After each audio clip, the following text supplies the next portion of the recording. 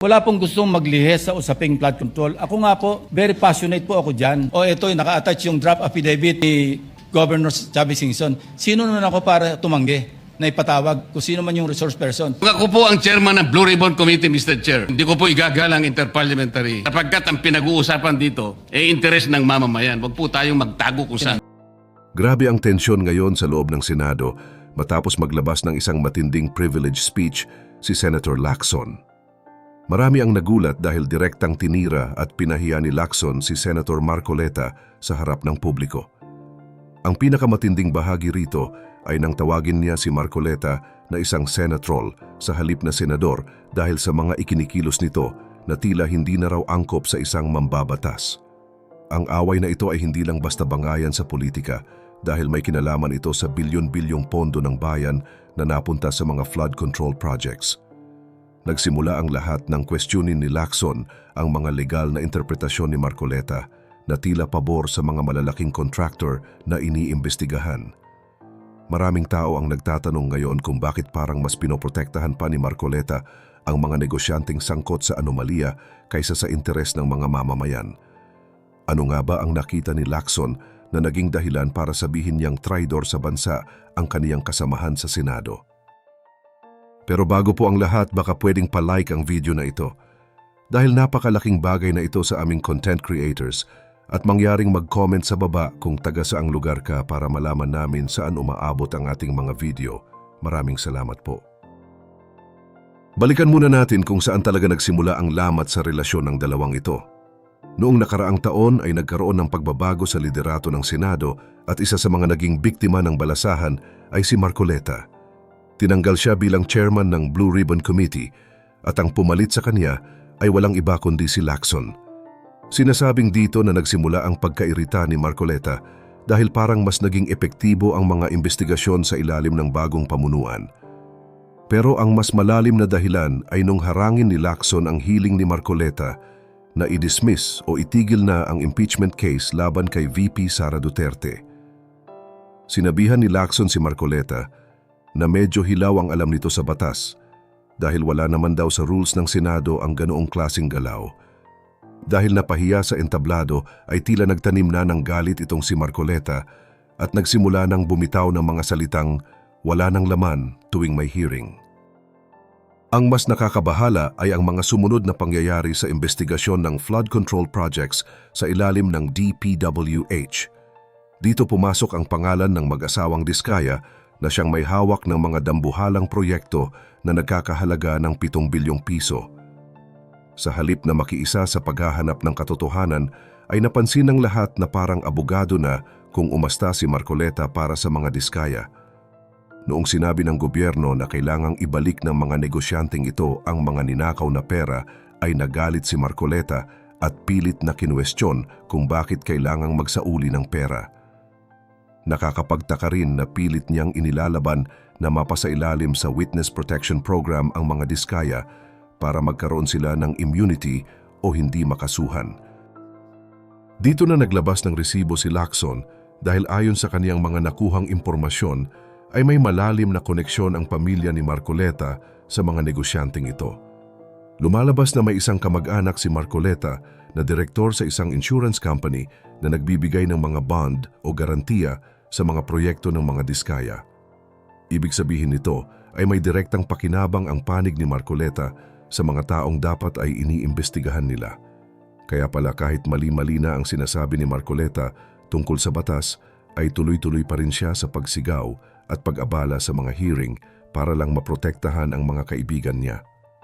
Tinawag siyang mangmang sa batas ni Lacson dahil kahit ang mga simpleng konsepto na itinuturo sa law school ay hindi niya alam o sadyang nililito lang niya para paboran ang mga Diskaya.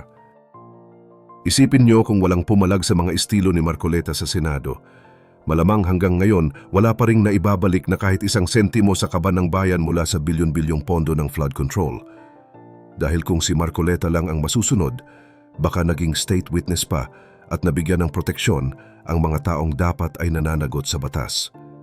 Salamat na lang dahil hindi hinayaan ni Senator Lacson na basta-basta magpabida ang kasamahan niya sa paraang tila nagmumukha na siyang abogado ng mga bilyonaryong contractor. Pero hindi lang doon nagtapos ang tensyon dahil may mas matindi pang revelasyon tungkol sa isang surprise witness na bigla na lang naglaho na parang bula. Noong mga nakaraang hearing, nagdala si Marcoleta ng isang testigo na nagngangalang Orly Gutesa. Akala ng marami ay ito na ang magbubunyag ng katotohanan, pero ang nangyari ay kabaligtaran. Una sa lahat, nabisto na peke ang notaryo ng kaniyang sinumpaang salaysay. Hindi ang Senado ang nagsabi niyan, kundi ang mismong korte sa Maynila.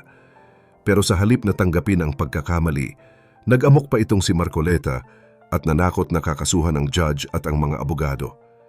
Para siyang bida sa pelikula na ayaw malamangan, pero ang problema, totoong buhay ito at hindi script sa telebisyon. Kitang-kita rin sa live TV kung paano tila tinuturuan ni Marcoleta ang kaniyang testigo kung anong pahina ang babasahin. Noong maputol ang kopya ng testigo, mabilis pang tumayo si Marcoleta para ibigay ang sarili niyang dokumento. Maraming nanonood ang natawa dahil halatang halata ang pagiging coach niya sa harap ng kamera. Ang mas malala pa rito, matapos magsalita sa Senado ay bigla na lang hindi mahanap itong si Gutesa. Sinubukan siyang hanapin ng komite sa lahat ng address niya at tinignan pa ang mga CCTV pero wala na siya. Sa halip na tumulong sa paghahanap, nagalit pa si Marcoleta at inakusahan si Lacson na minamanmanan daw ang opisina niya. Bakit ganun na lang ang galit niya? May itinatago ba siya tungkol sa kinaroroonan ng sarili niyang testigo? Dito na rin pumasok ang isyu ng interparliamentary courtesy. Pinupuna ni Marcoleta kung bakit hindi piliting dumalo sa hearing ang mga matataas na opisyal gaya ni Speaker Romualdez. Sabi niya, wala raw dapat immunity ang kahit sino sa investigasyon. Pero mabilis siyang binalikan ni Lacson ng isang matinding tanong. Paano kung ang Kongreso naman ang mag-imbestiga sa iyo tungkol sa hindi mo pagdedeklara ng 30 milyong pisong kontribusyon sa iyong kampanya? Tatayo ka pa rin ba sa prinsipyo mo na walang courtesy o bigla kang gagamit ng palusot para makaiwas sa subpena? Ang laking baligtaran kasi ng kaniyang sinasabi. Noong 2 taon lang ang nakakaraan, si Marcoleta mismo ang sumisigaw sa House of Representatives na dapat bigyan ng respeto at huwag nang usisain ang budget ng Office of the Vice President dahil sa tradisyon at courtesy. Ngayon naman, kung sino ang kalaban ng kaniyang interes, doon niya gustong tanggalin ang respeto sa opisina. Tinawag ito ni Lacson na isang malaking hypocrisy o pagiging ipokrito. Mahirap kasing paniwalaan ang isang tao na paiba-iba ang katuwiran depende sa kung sino ang kaniyang pinoprotektahan. Alam niyo ba na bukod sa mga issue sa flood control, tila may mas malalim pang itinatago si Marcoleta tungkol sa kaniyang sariling pondo sa kampanya? Inilabas ni Lacson ang usapin tungkol sa 30 milyong piso na hindi idineklara ni Marcoleta sa kaniyang SOSE o Statement of Contributions. Ang mas nakakagulat pa rito ay ang naging palusot mismo ni Marcoleta sa kaniyang sariling programa. Inamin niya na tumanggap siya ng pera mula sa mga kaibigan pero nakiusap daw ang mga ito na huwag ilabas ang kanilang pangalan. Dahil dito, itituring na lang daw niyang utang ang perang ito sa halip na kontribusyon. Pero ayon kay Lacson, hindi uubra ang ganitong teknikal na palusot. Bilang isang mambabatas, dapat alam ni Marcoleta na ang pagtanggap ng ganoon kalaking halaga habang ikaw ay nasa posisyon sa gobyerno ay maituturing na indirect bribery. Hindi mo pwedeng sabihing utang na loob lang ito dahil labag ito sa batas. Dahil dito, binansagan siya ni Lacson na isang senatrol at hindi senador.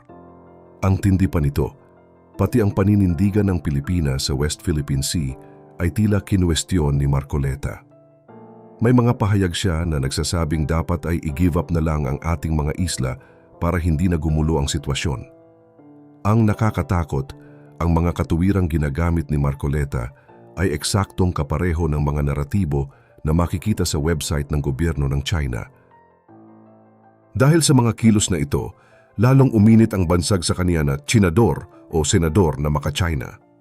Sinubukan niyang sabihin na biro lang o hypothetical lang ang kaniyang mga sinabi, pero ayon kay Lacson, hindi biro ang pambansang seguridad at soberanya ng bansa.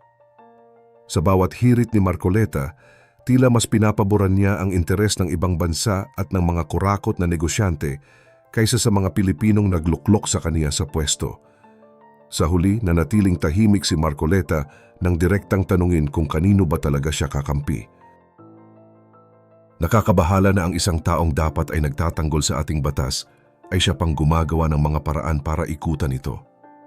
Kayo, ano ang nararamdaman nyo sa tuwing naririnig nyo na ang isang mambabatas ay mas pinoprotektahan ang interes ng ibang bansa o ng mga kaibigan niyang negosyante? Sa tingin nyo ba ay dapat pa ring manatili sa pwesto ang isang opisyal na hindi tapat sa kaniyang sinumpaang tungkulin? Ibahagi mo naman ang sagot mo sa ibaba at huwag rin kalimutang mag-like at subscribe para sa mas marami pang updates gaya nito.